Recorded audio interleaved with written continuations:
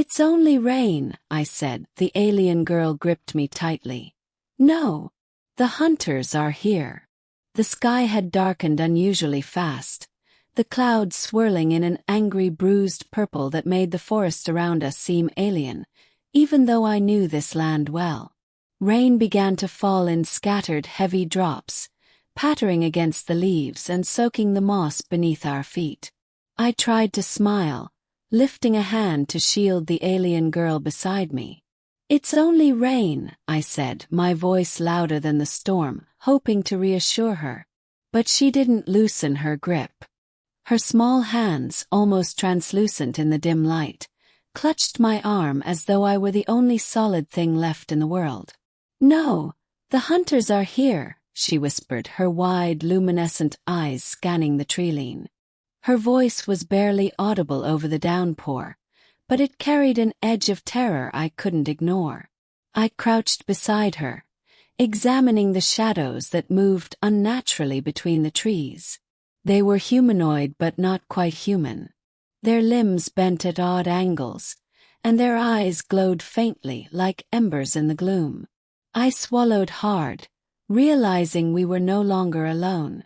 Okay, I said slowly, trying to keep calm. We'll hide.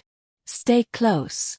I slid my hand around her back, urging her into a dense thicket. The rain masked our scent and softened our footsteps, but even then I knew it might not be enough. She pressed against me, trembling. Why are they hunting me? She asked, her voice cracking. I hesitated, choosing my words carefully.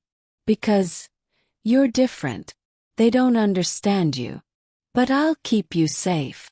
The alien girl's glowing eyes flickered with a mix of fear and hope. Safe. Can you really?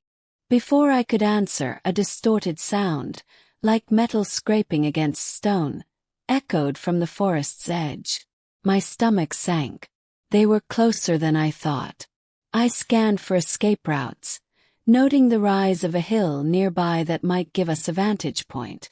Move, I whispered, tugging her gently but firmly.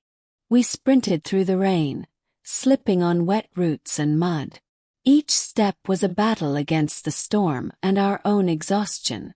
Behind us, the hunter's eerie whispers seemed to grow louder, closer, feeding on our fear.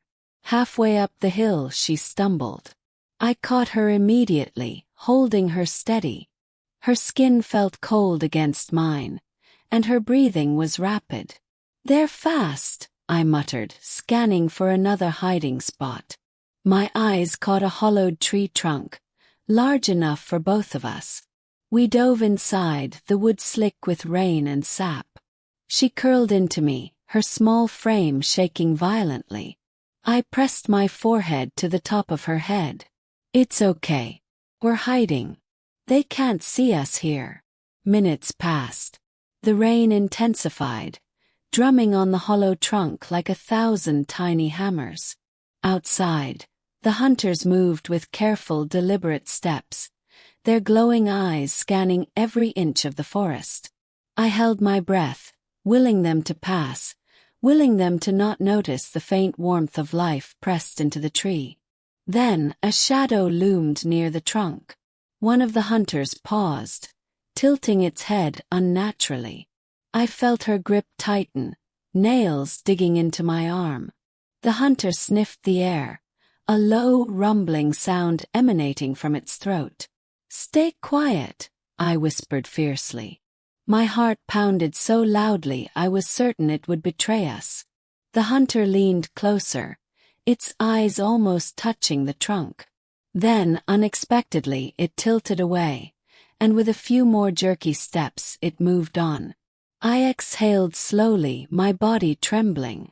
She clung to me, silent tears mixing with the rain dripping from her hair. They didn't find us, she whispered. No, I said, lifting her chin gently. Not yet. But we have to keep moving.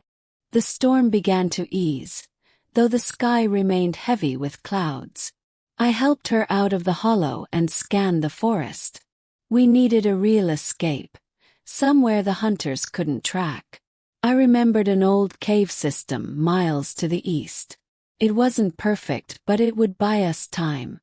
We ran again, slower this time, cautious of every sound. The alien girl clung to me as though letting go would mean certain death. I promised her silently that we'd reach safety. The rain-slicked ground was treacherous, but the thought of losing her made each step urgent. After what felt like hours, though was only perhaps 30 minutes, the trees began to thin. The cave loomed ahead, its mouth dark and promising. She hesitated at the entrance, peering into the blackness. "I'm scared," she admitted. "I know," I said softly, kneeling to meet her gaze. "But I won't let them hurt you. We'll hide here until the hunters give up." She nodded, still trembling, and we stepped inside together. The darkness was suffocating at first, but I held her close, murmuring words of comfort. The rain outside turned to a distant hum, and for the first time since the hunt began, I allowed myself to believe we might survive the night. Minutes later I whispered again, "It's over for now. We're safe together." She leaned into me, gripping my arm. "Thank you for not leaving me," she whispered. And in the silence of the cave, with the storm fading outside, I realized that this alien girl, terrified and alone, had become my responsibility. And I would fight, hide, and run with her for as long as it took. Because some promises are worth more than life itself. The storm outside had softened to a drizzle, and the forest had grown eerily quiet. I held the alien girl close as we crouched inside the dark cave, the hollowed-out rock sheltering us from the hunters who still prowled somewhere beyond the trees. Her small hands clung to my arm, and her glowing eyes searched mine for reassurance. "They didn't find us," she whispered, voice trembling. "No," I replied softly, brushing damp strands of hair from her face. "Not yet. But we need to stay hidden until it's safe." She nodded, trembling against me, and I realized how fragile she was, how much depended on me now. The rain outside became a distant rhythm, almost soothing, as I whispered stories of safety, of hope, and of a world where she could be free. Minutes stretched into silence. Every shadow in the cave felt alive, every creak of stone a potential threat. But gradually, I noticed her grip on me relax slightly, her breathing evening out. She leaned into me, trusting me completely, a trust one swore I would never betray. "We'll survive," I murmured. "We'll find a place where no one can hurt you. Together." Her tiny fingers curled into mine. "Thank you for not leaving me," she whispered. And in that dark, damp cave, surrounded by the echo of the fading storm, I made a silent vow. I would run, fight, and hide with her for as long as it took. I would protect her until the hunters no longer haunted our steps, until she could smile without fear, until the world recognized her not as prey, but as someone worth saving. Because some promises aren't just words. They're a bond stronger than fear, stronger than the storm, stronger than the hunters themselves. And in that bond, we found our first flicker of safety, and the courage to face whatever came next.